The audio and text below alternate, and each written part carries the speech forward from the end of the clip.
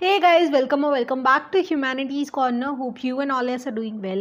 तो यार, आज की वीडियो लेक्चर के अंदर हम क्लास 12 ज्योग्राफी का चैप्टर पढ़ने वाले हैं जिसका नाम है planning and sustainable development in Indian context. ठीक है, बेसिकली एक वन शॉट लेक्चर होगा, न्यू सिलेबस के अकॉर्डिंग पढ़ेंगे। नोट्स का लिंक आपको डिस्क्रिप्शन बॉक्स में मिल जाएगा, आप वहाँ से एक्सेस कर सकते हैं।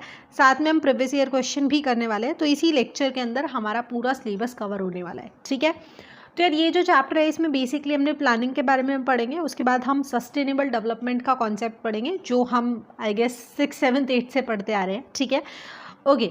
इसके अंदर बेसिकली 2 से 3 क्वेश्चंस आते हैं, लेकिन 5 नंबर का क्वेश्चन इस चैप्टर से पक्का है। ठीक है, भले वो इंदिरा गांधी कैनाल के ऊपर आए या फिर भारमर रीजन के ऊपर आए। ठीक है, एंड बाकी MCQ वगैरह में भी प्रोबेबिलिटी है, बिकॉज अब CUET भी लग गया है, तो पूरे चैप्टर को हम सही से पढ़ने वाले हैं। ठीक है, स्टार्ट करते हैं। तो पहला टॉपिक आता है यार हमारा प्लानिंग। ठीक है, प्लानिंग बहुत सिंपल है, बेसिकली एक प्रोसेस है जिसके अंदर हम कुछ भी सोचते हैं कि भाई हमारा गोल क्या है। ठीक है, फिर उसके लिए हम कुछ स्ट्रैटेजीज बनाते हैं उसको अचीव करने के लिए, एंड लास्ट में हम उसको इम्प्लीमेंट कर देते हैं। ठीक है, तो बेसिकली एक प्रोसेस है जिसके अंदर क्या इन्वॉल्व है, थिंकिंग कि आपका गोल क्या है, फिर उससे रिलेटेड हमने स्ट्रैटेजीज को बनाना है एंड फिर उनको इम्प्लीमेंट कर देना है। राइट, अब क्योंकि हम ज्योग्राफी के अंदर पढ़ रहे हैं, हम इंडियन कॉन्टेक्स्ट के बारे में पढ़ रहे हैं, तो यहाँ पे प्लानिंग बेसिकली हमारा इकोनॉमिक प्लानिंग से मतलब है। ठीक है, कि किस तरीके से देश की तरक्की के लिए प्लानिंग की जाती है। राइट, तो अब यहाँ पे बहुत इंपॉर्टेंट इंस्टीट्यूट आता है, दैट इज नीति आयोग। ठीक है, इससे पहले इंडिया के अंदर प्लानिंग कमीशन होता था। पॉलिटिकल साइंस के 4th चैप्टर में हम बहुत डिटेल में पढ़ के आए ये सारी चीज़ें। ठीक है, लेकिन 1 जनवरी 2015 को प्लानिंग कमीशन को किसने रिप्लेस कर दिया? नीति आयोग ने। तो अब क्या है हमारे पास, जो हमारी प्लानिंग इंस्टीट्यूट है एक तरीके का हम बोल सकते हैं इंडियन गवर्नमेंट के पास, दैट इज नीति आयोग। ठीक है, अब इसका मेजर ऑब्जेक्टिव है भैया कि हमने स्टेट्स, जितने भी स्टेट्स हैं, यूनियन टेरिटरीज है, उनको इन्वॉल्व करना है अपनी इकोनॉमिक पॉलिसीज़ को फ्रेम करने में। ठीक है, दोनों ही सेंट्रल एंड स्टेट गवर्नमेंट को। ठीक है, समझ में आया? आगे चलते हैं। नेक्स्ट टॉपिक आता है अप्रोचेस ऑफ प्लानिंग।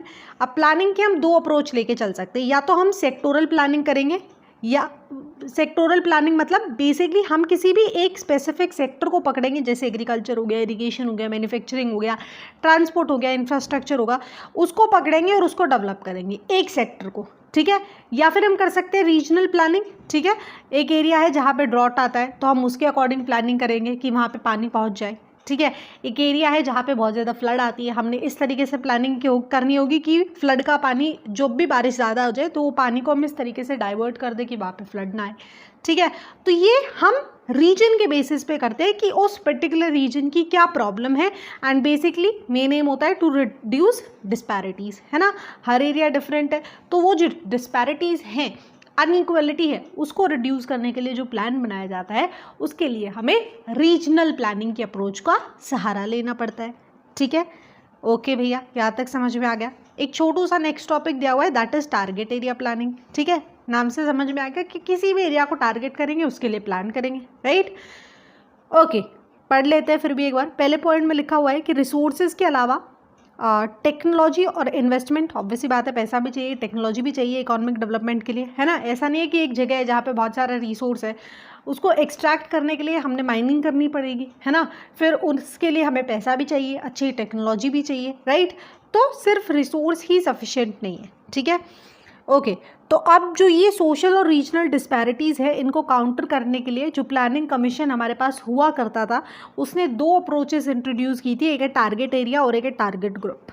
ठीक है, ये भी नाम से समझ में आ गए। टारगेट एरिया यानी हम किसी भी स्पेसिफिक एरिया को टारगेट करेंगे। ठीक है, उसके अंदर कैसे कैसे प्रोग्राम आते हैं, जैसे हिल एरिया डेवलपमेंट प्रोग्राम, नाम से समझ में आ गया कि ये हिली और माउंटेनियस रीजन्स के लिए होता है। Similarly drought prone area development program, यानी ऐसे एरियाज जहाँ पे ड्रॉट की आशंका ज़्यादा होती है, उनको टारगेट करने के लिए, उनको कुछ ना कुछ हेल्प प्रोवाइड करने के लिए बनाया गया है। ठीक है, इन्हें हम आगे डिटेल में पढ़ेंगे तब अच्छे से समझ में आएगा। सेकेंड जो अप्रोच थी, सेकेंड जो कैटेगरी है, दैट इज टारगेट ग्रुप, यानी हम किसी स्पेसिफिक ग्रुप को टारगेट करेंगे, जैसे फार्मर्स हो गए। ठीक है, तो उसके लिए स्मॉल फार्मर डेवलपमेंट एजेंसी, या फिर मार्जिनल फार्मर्स हो गए जिसके लिए मार्जिनल फार्मर्स डेवलपमेंट एजेंसी। ठीक है, इनसे क्वेश्चंस नहीं आते, लेकिन बहुत छोटे छोटे कॉन्सेप्ट है। ठीक है, एक एक लाइन के नाम से ही समझ में आ जाता है। ओके, तो 8th जो हमारा 5 ईयर प्लान था, उसके अंदर बेसिकली कुछ स्पेशल एरिया प्रोग्राम्स को डिज़ाइन किया गया था जो to develop infrastructure in hilly areas, north eastern states या फिर ट्राइबल एरियाज़। ठीक है, ये हमें एग्जाम्पल दिया हुआ है। आगे चलते हैं। तो अब 2 प्रोग्राम्स को हमने डिटेल में पढ़ना है, एक है हिल एरिया डेवलपमेंट प्रोग्राम और दूसरा ड्रॉट प्रोन है। ठीक है, पहले से स्टार्ट करते हैं हिल एरिया से। तो बेसिकली ये हमारे 5th 5 ईयर प्लान के अंदर शुरुआत की गई थी। इसमें बेसिकली 15 डिस्ट्रिक्ट्स थे, जितने भी हिली डिस्ट्रिक्ट हैं हमारे यूपी के, जो आज के टाइम का उत्तराखंड बन चुका है। ठीक है, इसके अलावा असम का मिकीर और नॉर्थ शाहर हिल था। ठीक है, सिमिलरली वेस्ट बंगाल का दार्जिलिंग डिस्ट्रिक्ट था और नीलगिरी डिस्ट्रिक्ट था तमिलनाडु का। तो बेसिकली 15 डिस्ट्रिक्ट्स थे। ठीक है, अब 1981 के अंदर एक नेशनल कमेटी बनाई जाती है on the development of backward area. ठीक है, और ये रिकमेंड करती है कि कोई भी ऐसा hilly area through out the country, ठीक है, जिसकी जो हाइट है वो 600 मीटर है और वो किसी भी ट्राइबल सब प्लान के अंदर नहीं आता, उसको बैकवर्ड हिल एरिया के अंदर माना जाएगा। और जो भी प्रोग्राम्स इनके लिए फ्रेम किए जाएंगे उनकी पॉलिसीज़ का इन्हें भरपूर फ़ायदा मिल पाएगा। ठीक है, अब इस जो प्रोग्राम था हमारा, ठीक है, हमने पढ़ लिया कि हिल एरिया डेवलपमेंट वो एरिया है, बैकवर्ड हिल एरिया, जिसकी 600 मीटर हाइट है और वो किसी भी ट्राइबल सब प्लान में नहीं आता। ठीक है, वहाँ पे इस प्रोग्राम को फॉर्मुलेट किया गया था, इम्प्लीमेंट किया गया था, जिसका मेन एम था कि यहाँ के जो भी इंडिजिनस रिसोर्सेज हैं इन हिली एरियाज़ के, उनको आपने हार्वेस्ट करना है। ठीक है, अब हिली एरिया के अंदर हम क्या कर सकते हैं, हॉर्टिकल्चर कर सकते हैं, प्लांटेशन कर सकते हैं, एग्रीकल्चर कर सकते हैं, एनिमल हस्बेंड्री कर सकते हैं, पोल्ट्री, फॉरेस्ट्री, छोटी मोटी इंडस्ट्रीज़ लगा सकते हैं, बड़ी इंडस्ट्रीज़ नहीं लगा सकते। ठीक है, ट्रांसपोर्ट हम इतना डेवलप नहीं कर सकते हैं बिकॉज वहाँ का जो सरफेस एरिया है वो प्लेन नहीं है। ठीक है, तो हम वहाँ पे जो भी रिसोर्सेज है, वहाँ का जो भी सिचुएशन है उसको हार्नेस करते हैं और उसके अकॉर्डिंग वहाँ पे हम एम्प्लॉयमेंट अपॉर्चुनिटीज़ या फिर जो भी सेक्टर हम डेवलप कर सकते हैं, स्पेशली एग्रीकल्चर सेक्टर, उसको डेवलप करते हैं। ठीक है, ये था इस प्लान के बारे में। अब दूसरे प्रोग्राम की तरफ चलते हैं, तो that is drought prone area program. ठीक है, 4th 5 ईयर प्लान के टाइम पे ये इंट्रोड्यूस किया गया था। इसका बेसिक एम था कि ड्रॉट प्रोन एरियाज़ के अंदर लोगों को एम्प्लॉयमेंट प्रोवाइड करना है। ठीक है, एंड कुछ एसेट बनाने, प्रोडक्टिव एसेट, यानी वही इंडस्ट्रीज़ लगानी है, इंफ्रास्ट्रक्चर बनाना है, ताकि लोगों को कुछ नौकरी का साधन मिल पाए। ठीक है, अब इनिशियली इसका मेजर एम्फेसिस था कि कंस्ट्रक्शन कराई जाए ज़्यादा से ज़्यादा। ठीक है, ताकि लोगों को नौकरियां मिल सके कंस्ट्रक्शन के काम में। लेटर ऑन इसने स्टार्ट कर दिया बिकॉज ड्रॉट प्रोन एरिया है, लेकिन उसको थोड़ा बहुत इरीगेट किया जाए तो उसको हार्नेस किया जा सकता है, उसको यूज़ किया जा सकता है। तो इन्होंने इरीगेशन प्रोजेक्ट्स के ऊपर पैसा लगाना स्टार्ट कर दिया। सिमिलरली लैंड डेवलपमेंट प्रोजेक्ट्स ले आए, एफॉरेस्टेशन पे थोड़ा जोर दिया, ग्रासलैंड डेवलपमेंट, और इसके अलावा कुछ बेसिक रूरल इंफ्रास्ट्रक्चर को डेवलप करने की कोशिश की, जैसे electricity, road, market, services etcetera. ठीक है, अब basically national committee on development of backward areas ने कुछ रिव्यूज़ दिए थे और कुछ रिकमेंड किया था। रिव्यू ये दिया था कि मेजर जो कॉज है यहाँ पे इकोलॉजिकल डिग्रेडेशन का, दैट इज़ पॉपुलेशन प्रेशर। ठीक है, जिससे इवेंचुअली क्या हो रहा है, जो लैंड थोड़ी बहुत, एक तो ड्रॉट प्रॉन है ऑलरेडी, ठीक है, थोड़ा बहुत पानी मिलता भी है, थोड़ी बहुत एग्रीकल्चरल लैंड भी है, उसको भी लोग घर बना के यूटिलाइज कर रहे हैं बिकॉज पॉपुलेशन का प्रेशर बहुत ज़्यादा है। ठीक है, तो अब यहाँ पे लोगों ने समझ लिया था एग्रीकल्चर भी नहीं की जा सकती है ना, तो लोगों के पास जॉब अपॉर्चुनिटीज़ इतनी नहीं थी। तो ये जो कमेटी थी इसने बेसिकली रिकमेंड किया था कि यहाँ पे ज़रूरत है कि ऑल्टरनेटिव एम्प्लॉयमेंट अपॉर्चुनिटीज़ लाई जाए, है ना। एग्रीकल्चर तो यहाँ पे पॉसिबल नहीं है, लेकिन कोशिश करनी पड़ेगी कुछ डिफरेंट सेक्टर्स के अंदर डेवलपमेंट की जा सके, जिसमें लोग इंगेज हो सके, एम्प्लॉयमेंट मिल सके, ताकि उनकी रोज़मर्रा का जीवन का गुजारा हो सके। ठीक है, अब बेसिकली दूसरा इन्होंने ये दिया था कि वाटर शेड डेवलपमेंट को अडेप्ट करना चाहिए बिकॉज ऑब्वियसली पानी की कमी है, तो पानी ऐसे साधन बनाने चाहिए जिससे बारिश के पानी को कलेक्ट किया जा सके, कोई कैनाल के थ्रू यहाँ पे पानी लाए जा सकते, एट्सेट्रा एट्सेट्रा। ठीक है, आगे चलते हैं। तो 1967 के अंदर प्लानिंग कमीशन ने थ्रू आउट इंडिया 67 ऐसे ड्रॉट प्रॉन डिस्ट्रिक्ट्स को आइडेंटिफाई किया था, एंटायर या पार्शली, कुछ पूरे ही थे, कुछ पार्शली ड्रॉट प्रॉन थे। ठीक है, अब ब्रॉडली ये कहाँ पे है, ये थे हमारे भाई राजस्थान, गुजरात, मध्य प्रदेश, वेस्टर्न मध्य प्रदेश, महाराष्ट्र, रायलसीमा, तेलंगाना प्लेट्यू, ठीक है, इनके, या फिर इंटीरियर पार्ट्स ऑफ तमिलनाडु यहाँ पे थे। ठीक है, इसके अलावा नेक्स्ट पॉइंट में जो ड्रॉट प्रोन एरियाज थे इसी 67 डिस्ट्रिक्ट में, अगर कुछ थे भी पंजाब, हरियाणा या नदर्न राजस्थान के, उनको इरिगेशन के थ्रू प्रोटेक्ट कर दिया गया है, तो वो ड्रॉट प्रोन नहीं रहे हैं। ठीक है, बिकॉज वहाँ पे इरिगेशन फैसिलिटीज़ आ गई है, कनाल बन गई है नदर्न राजस्थान के अंदर, तो उन एरियाज़ को अब हम ड्रॉट प्रोन की कैटेगरी में नहीं डालते बिकॉज वो थोड़े से इरीगेट होके लैंड सही हो गई है, खेती के लायक हो गई है। ठीक है, आगे चलते हैं। तो एक केस स्टडी दी गई है इंटीग्रेटेड ट्राइबल डेवलपमेंट प्रोजेक्ट, जो कि बहरमपुर रीजन के अंदर है। ठीक है, बेसिकली यार ये एक नोटिफाइड ट्राइबल एरिया है, जो कब हुआ था 21 नवंबर 1975 को हिमाचल प्रदेश में लाई करता है। इस दिन इसको specifically as a tribal area की कैटेगरी के अंदर डाल दिया गया था। ठीक है, तो बहरमपुर रीजन की अगर हम बात करते हैं तो यहाँ पे एक ट्राइबल कम्युनिटी रहती है जिसका नाम है गद्दी। ठीक है, गद्दी या गादी, अगर मैं गलत प्रोनाउंस कर रही हूँ तो really sorry for that. Okay, next point में इनका थोड़ा सा इंट्रोडक्शन दिया गया है कि ये लोग ट्रांस ह्यूमंस को प्रैक्टिस करते थे। ट्रांस ह्यूमंस मतलब नोमैडिक हर्डिंग। ठीक है, कि काफ़ी सारे इनके पास पशु होते हैं, एक जगह से दूसरी जगह पे अपने पशुपालन के साथ ही गुजारा कर रहे होते हैं, है ना। हमने प्राइमरी एक्टिविटीज़ में डिटेल में ये सारी चीज़ें पढ़ी है। ठीक है, अच्छा, काफ़ी लोगों के कॉमेंट आते हैं कि जो इंट्रोडक्शन मैं भी पढ़ाती हूँ या फिर एनसीईआरटी है उसमें बहुत कम कंटेंट है, तो हम किस तरीके से आंसर को इन्हांस करें, राइट। तो यार यहाँ पे आपको थोड़ा सा दिमाग लगाना होगा, स्पेशली ज्योग्राफी के जो थोड़े बहुत चैप्टर्स हैं उनका जो कंटेंट है वो इतना ज़्यादा नहीं है और 5-5 नंबर में क्वेश्चन आ जाते हैं। तो हमने रिलेट करना होगा कि इस चैप्टर के अंदर जब हम ट्रांस ह्यूमंस को डिफाइन करें तो हम 2-3 लाइनों के अंदर नोमैडिक हर्डिंग को भी डिफाइन कर सकते हैं। ठीक है, जो कि हम प्राइमरी एक्टिविटीज़ में पढ़ के आए, हम 5-7 लाइन आराम से लिख सकते हैं। तो हमें मेक श्योर करना होगा कि हमने थोड़ा सा अपनी अंडरस्टैंडिंग लगानी है और थोड़ा बहुत हमने रेलिवेंट एग्जाम्पल्स को यूज़ करके उस आंसर को खुद से बड़ा फ्रेम करना है, राइट। इसीलिए जितने भी हम आंसर राइटिंग बहुत मस्ट है। यूजुअली जो ह्यूमैनिटीज़ बैकग्राउंड वाले बच्चे होते हैं वो आगे यूपीएससी वगैरह को परस्यू कर रहे होते हैं, है ना, एंड वहाँ पे ये सारी चीज़ें हमें सीखने को मिलती है। तो मेक श्योर करो कि आप कुछ एक्स्ट्रा पढ़ लो। ठीक है, जो क्वेश्चन रिपीटेड है, जैसे सपोज इस टॉपिक से क्वेश्चन आएगा ही आएगा, है ना, तो आप 2-3 पॉइंट्स एक्स्ट्रा सर्च करके अपने दिमाग में सेट कर सकते हो। ठीक है, तो आंसर राइटिंग के लिए थोड़ा बहुत खुद से अकल लगानी पड़ेगी, है ना। ओके, तो बेसिकली ये ट्रांस ह्यूमंस प्रैक्टिस करते हैं एंड इन्होंने खुद की एक डायलेक्ट यानी कि बोली भी डेवलप की हुई है जिसको गदाली बोलते हैं। ठीक है, अब यहाँ की जो क्लाइमेटिक कंडीशन है वो काफ़ी ज़्यादा हार्श है, रिसोर्स इतने ज़्यादा कुछ है नहीं और काफ़ी फ्रेजाइल इन्वायरमेंट है। ठीक है, पॉपुलेशन की अगर हम बात करें दैट इज़ 39,113, जो कि बेसिकली 21% पर स्क्वायर किलोमीटर, ये 2011 का डेटा है। ठीक है, अभी तक तो बढ़ गई होगी। ओके, इकोनॉमिक एक्टिविटीज़ की अगर हम बात करते हैं तो मेन एग्रीकल्चर और एनिमल रियरिंग है, because climatic condition as such कुछ ज़्यादा फेवरेबल नहीं है। ठीक है, 1970s के अंदर ओके, तो ये जो बेसिकली हमें एग्जांपल दिया हुआ है कि ये जो ट्राइबल कम्युनिटी है ये काफ़ी ज़्यादा हिस्टोरिकली बहुत ज़्यादा इनके साथ एक तरीके से एक तो इनको इकोनॉमिक डेवलपमेंट इनके एरिया में इतनी ज़्यादा नहीं हुई। ठीक है, ना कोई एजुकेशनल डेवलपमेंट थी, साथ के साथ इनके साथ सोशल अनइक्वालिटी वगैरह भी थी, बिकॉज ये बाकी जो रेस्ट ऑफ द पार्ट है उससे काफ़ी थोड़ा सा सेपरेटेड एरिया में रहते थे, तो इनका एज सच कुछ डेवलपमेंट हुआ नहीं था। ठीक है, लेकिन 1970s में यहाँ पे डेवलपमेंट स्टार्ट होती है। ठीक है, जो गदीज होती है इनको शेड्यूल्ड ट्राइब्स के अंदर इंक्लूड कर दिया जाता है। ठीक है, और 5th 5-year प्लान के अंदर जो ट्राइबल सब प्लान था उसको इंट्रोड्यूस किया जाता है एंड बहरमपुर को डेजिग्नेट किया जाता है as one of the 5 integrated tribal development projects in Himachal Pradesh. एक प्रोजेक्ट लॉन्च किया जाता है जिसके अंदर बहरमपुर को इंक्लूड किया जाता है।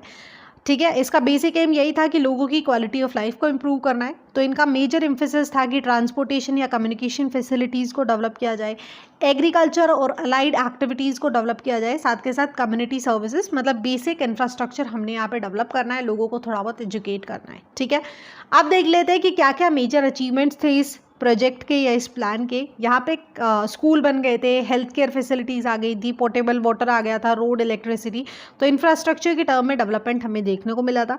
सेकेंडली, लिटरेसी रेट काफ़ी बढ़ गया था, जो 1971 के अंदर फीमेल लिटरेसी रेट 1.88% था, वो बढ़ के 65% हो गया 2011 में। ठीक है, 2011 के अंदर। सेक्स रेशियो के अंदर हमें इंप्रूवमेंट देखने को मिला है, साथ के साथ चाइल्ड मैरिज के अंदर बहुत ज़्यादा डिक्लाइन देखने को मिला है। ठीक है, बिकॉज अब लोग एजुकेटेड हो गए हैं।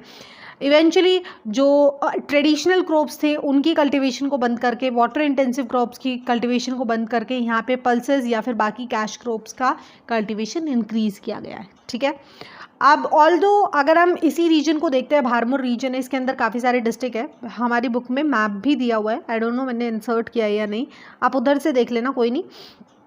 तो यहाँ पे भी हमें थोड़ा सा अनइवन डेवलपमेंट देखने को मिलता है, ठीक है। अगर हम कंपेयर करते हैं जो विलेजेस रावी रिवर के पास है, होली और खानी, ऑब्वियसली पानी का जहाँ पे रिवर होगी वहाँ पे development compare to other areas ज़्यादा होगी, उनको ज़्यादा फायदा हो रहा होगा, ठीक है। तो होली और खानी वाले जो एरियाज़ है वो ज़्यादा मेन बेनिफिशियरीज रहे, बिकॉज अगर एग्रीकल्चर भी वहाँ पे कर रहे हैं तो उनका एक इंसेंटिव तो ये होगा कि उनको पानी ईजिली अवेलेबल है, ठीक है। वहाँ पे ज़्यादा डेवलपमेंट हुई है कंपेयर टू रिमोट विलेजेस जैसे टुंडा या कुगटी हो गए, यहाँ पे इतना इंफ्रास्ट्रक्चर डेवलप नहीं हुआ है, ठीक है।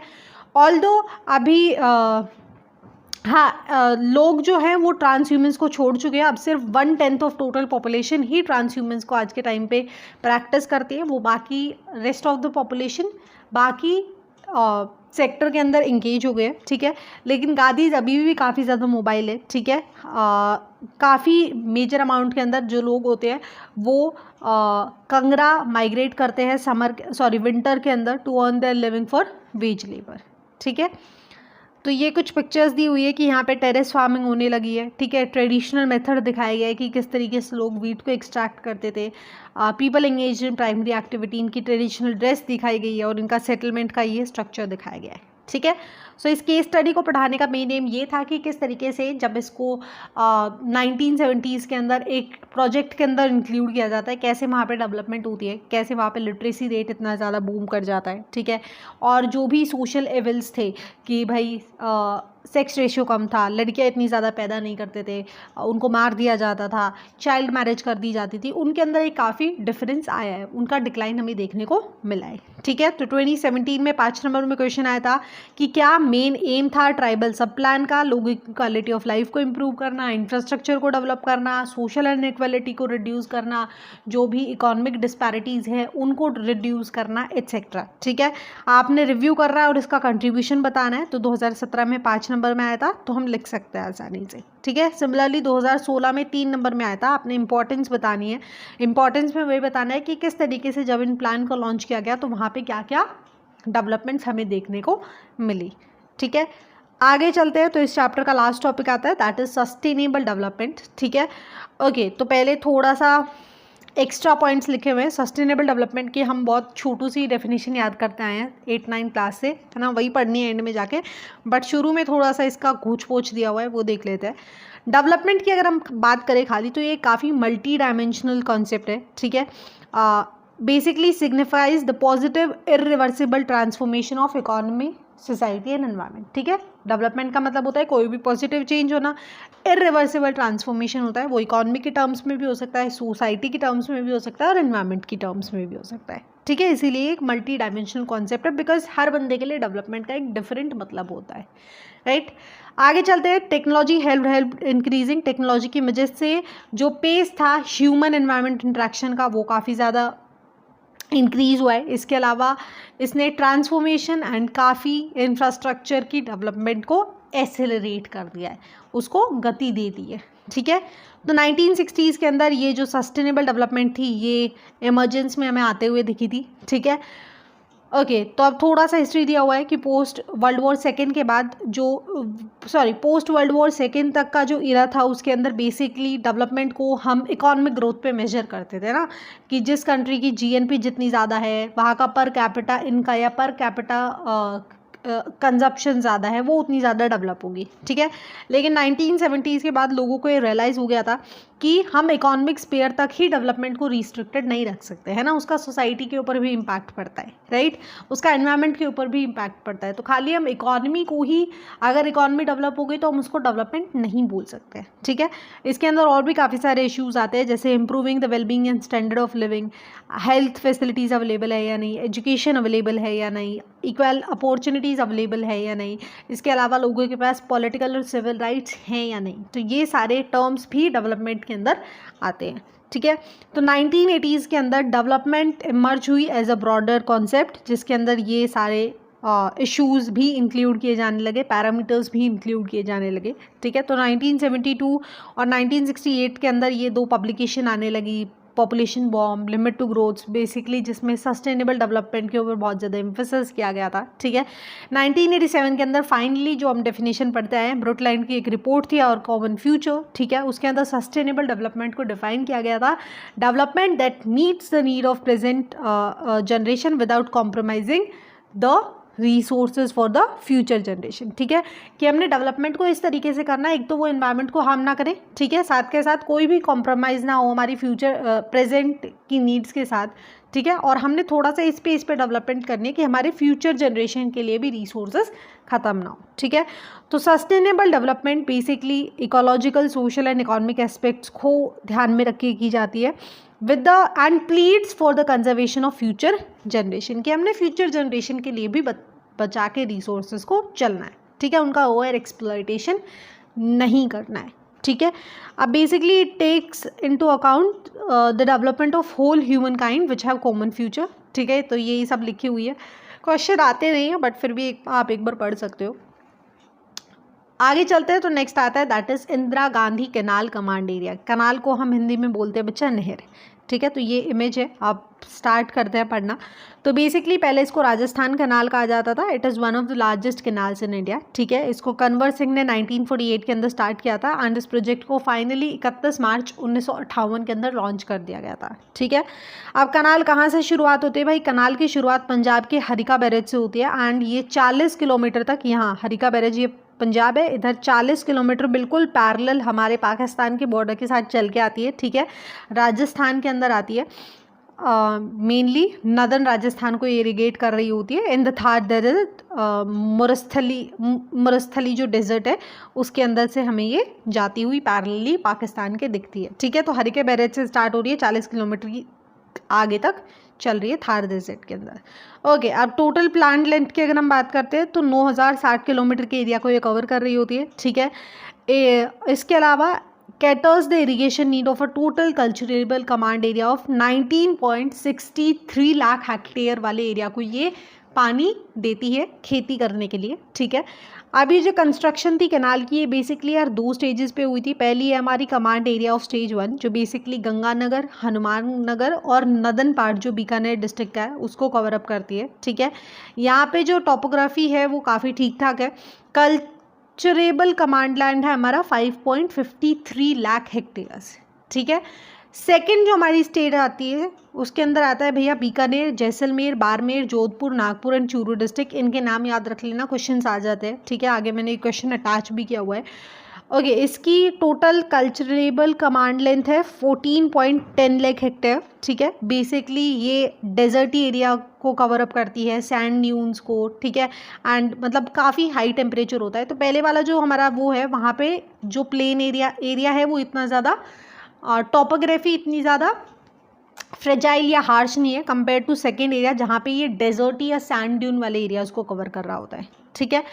ओके, तो जितना भी हमारा टोटल कमांड एरिया है जो हमने पढ़ा दैट इज़ कितना था 19.63 लाख, उसमें से 70% फ्लो सिस्टम के थ्रू इरिगेट किया जाता है और बाकी का 30% लिफ्ट सिस्टम के थ्रू, ठीक है। Lift system basically left bank से ओरिजिनेट किया जाता है जो मेन कैनाल है, और फ्लो चैनल बेसिकली हमारे राइट बैंक से ओरिजिनेट होते हैं, ठीक है। अब जो लिफ्ट कैनाल, फ्लो तो मतलब नॉर्मल पानी छोड़ दिया वो नॉर्मल फ्लो करके जा रहा है, लिफ्ट कैनाल के अंदर पानी को ऊपर की तरफ उठाया जाता है to make it flow against the slope of land, ठीक है। ऐसे समझ में नहीं आने वाला, आप यूट्यूब पे एक बार सर्च कर लेना, बहुत छोटी सी वीडियो आ जाएगी आपको 2-2, 3-3 मिनट्स की, वहाँ से समझ में आ जाएगा कि लिफ्ट कैनाल में पानी कैसे आता है, ठीक है। अब इरिगेशन इन स्टेज 1 की अगर हम बात करते हैं तो यहाँ पे इरिगेशन इंट्रोड्यूस की गई थी अर्ली 1980s के अंदर, whereas command area of stage 2 began receiving irrigation in mid 1980s, ठीक है। आगे चलते हैं, हाँ ठीक है, इतना ही था। Introduction of canal irrigation in this dry land has transformed its ecology, economy and society. Obviously ecology को भी benefit हुआ है because environment को पानी मिल गया तो अब खेती बाड़ी अच्छे से होने लगी है, ठीक है। economy को because अब खेती बाड़ी अच्छे से होगी तो थोड़ा बहुत इकोनॉमिक टर्म्स पे भी बेनिफिट हो रहा होगा, एंड सोसाइटी बिकॉज लोगों के पास पानी आ गया है तो उनके पास एक जीवन यापना का साधन हो गया है इवेंचुअली, जिससे उनका स्टैंडर्ड ऑफ लिविंग इन्हांस हुआ है, अपग्रेड हुआ है, ठीक है। अब जो सॉयल मॉइस्चर अवेलेबल रहता है, बिकॉज पानी रहता है तो काफ़ी लंबे टाइम तक जो सॉयल रहती है उसको मॉइस्चर रहता है, ठीक है। काफ़ी सारे afforestation and pasture development programs under CAD है यार, कमांड एरिया डेवलपमेंट प्रोग्राम, ठीक है। इसे बेसिकली ये जो लैंड है अब हमें हरा भरा देखने को मिला है ना। जो वहाँ पे पहले डेजर्ट या सैंड ड्यून्स होते थे, पानी की बूंद तक नहीं दिखाई देती थी, अब वो हमें हरा भरा खेती बाड़ी हमें वहाँ पे होती हुई दिखने लगी है, ठीक है। इससे इवेंचुअली हमारा जो कल्टिवेटेड एरिया है उसकी लेंथ के अंदर इंक्रीमेंट आया है ना। जिस लैंड को पहले पानी नहीं मिल रहा था तो वहाँ पे कल्टीवेशन नहीं होती थी, लेकिन अब पानी मिल गया तो इवेंचुअली हमारा जो कल्टीवेटेड एरिया है वो इन्हांस हुआ है। साथ के साथ इंटेंसिटी ऑफ क्रॉपिंग हम पढ़ के आए हैं, और जो हमारा 4th चैप्टर था आई गेस लैंड रिसोर्सेज में, इंटेंसिटी मतलब अब जो लैंड थी उसके ऊपर हम साल में 3 बार तक क्रॉप्स उगा सकते हैं ना। तो वो जो लैंड थी हमारी क्रॉपिंग की, इसकी इंटेंसिटी बढ़ गई क्योंकि हम 3 बार उगा रहे हैं रेदर देन 1 बार एक साल में, ठीक है। ओके, ट्रेडिशनल जो क्रॉप्स थी जो भी ग्राम बाजरा, अब उनकी बजाय हम वीट, कॉटन, ग्राउंडनट और यहाँ तक कि राइस भी उगा लेते हैं जो कि एक वाटर इंटेंसिव क्रॉप है, ठीक है। इसके अलावा इसने हेल्प की है in reducing wind erosion and siltation of कलाड सिस्टम, ठीक है। अब लेकिन इसका एक मेजर ड्रॉबैक है कि बहुत ज़्यादा इंटेंसिव इरिगेशन कुछ कुछ एरियाज़ के अंदर प्रोवाइड की जा रही है, जिससे इवेंचुअली यहाँ पे वाटर लॉगिंग की प्रॉब्लम और सॉइल सैलिनिटी की प्रॉब्लम हमें देखने को मिल रही है, ठीक है। एक पॉइंट था यार, आई डोंट नो वो कैसे डिलीट हो गया, ठीक है, बट बहुत इंपॉर्टेंट पॉइंट था। जो हमारा कमांड एरिया है स्टेज 1 का, यहाँ पे पानी सिर्फ प्रोटेक्टिव इरिगेशन के लिए दिया जाता है, इतना ही पानी दिया जाता है जितनी उनको रिक्वायरमेंट होती है, ज़्यादा पानी नहीं यहाँ पे सप्लाई किया जाता है। लेकिन कमांड एरिया जो हमारा सेकंड है, इसके अंदर इंटेंसिव इरिगेशन दी जाती है, काफ़ी मात्रा में पानी दिया जाता है, ठीक है। तो पहले के अंदर प्रोटेक्टिव इरिगेशन वगैरह अगैन हम लैंड रिसोर्सेज वाले चैप्टर में पढ़ के आए हैं कि ये वाला जो रीजन है, क्योंकि इसका टेरेन इतना ज़्यादा ख़राब नहीं है कंपेयर टू सेकंड स्टेज जहाँ पे डेजर्ट है, तो वहाँ पे पानी ज़्यादा दिया जाता है स्टेज 2 में स्टेज 1 के कंपेरिजन में, ठीक है। डाला था मैंने पॉइंट बट पता नहीं कहाँ से डिलीट हो गया, बट एनीवेज आप इसको नोट कर लेना, ठीक है। NCERT में गिवन है।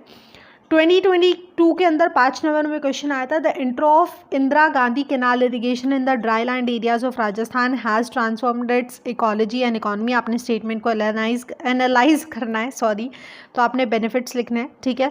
2017 में आया था कि आपको 2 ट्विन प्रॉब्लम्स बतानी है जो इंदिरा गांधी कैनाल कमांड की वजह से हुई है, तो that is water logging and salinity. Okay, ये आपको मैप दिया हुआ है, ये होमवर्क क्वेश्चन आप खुद करके कमेंट सेक्शन में आंसर बताओगे कि क्या डिफरेंस है between the 2 areas, under flow या अंडर लिफ्ट वाले में, ठीक है। इसके बाद आपने कोई भी 4 डिस्ट्रिक्ट्स के नाम बताने हैं जो बेनिफिट हुए हैं bye command area of stage 1 and stage 2। तो यहाँ पे मैंने बोला था कि उन डिस्ट्रिक्ट्स के नाम याद रखना कि पहले में हनुमानगढ़ है, गंगानगर है, पता नहीं मैं भी सही बोल रही हूँ या नहीं, है ना। तो आपने ये कॉमेंट सेक्शन में आंसर बताना है, ठीक है। आगे चलते हैं, तो ये लास्ट टॉपिक है कि कौन कौन सी मेजर्स को अडॉप्ट किया गया for promotion of sustainable development. Specifically हम इंदिरा गांधी कैनाल की ही बात करने वाले हैं। सबसे पहला strict implementation of water management policy, ठीक है। हाँ, इधर आ गया ये पॉइंट कि जब हम पानी इस तरीके से सप्लाई कर रहे होते हैं तो हम ध्यान में रखना होता है कि किस एरिया को कितना पानी चाहिए। जैसे स्टेज 1 को प्रोटेक्टिव इरिगेशन चाहिए, वहीं स्टेज 2 को एक्सटेंसिव इरिगेशन चाहिए, ठीक है। तो स्ट्रिक्टली इम्प्लीमेंट होनी चाहिए पॉलिसी कि पानी को किस तरीके से मैनेज कर रहा है, किस एरिया में कितना जाएगा, किस एरिया में कितना जाएगा, ठीक है। ओके, सेकंड क्रॉपिंग पैटर्न जो उसके अंदर हमें मेक श्योर करना चाहिए कि हम वाटर इंटेंसिव क्रॉप्स को ना लगाएं, बिकॉज इवेंचुअली वो एरिया ऐसा था जहाँ पे हिस्टोरिकली पानी एग्जिस्ट नहीं करता था, पानी नहीं था, उस पर सोर्सेस नहीं थे, हम किसी दूसरे सोर्स से लेके आए। अच्छा, कैनाल का मतलब तो मैं बताना ही भूल गई।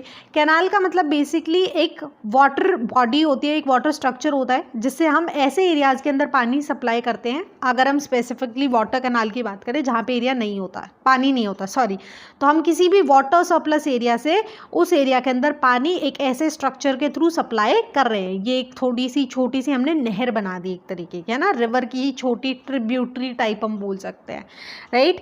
तो वाटर सरप्लस एरिया भाई वो कोई डैम भी हो सकता है, कोई नदी भी हो सकती है, कोई ऐसा एरिया जिसके पास बहुत ज़्यादा पानी होता है, वहाँ से हमने पानी को डाइवर्ट करके इधर ऐसे एरिया में दे दिया है जहाँ पे पानी की कमी है, ठीक है।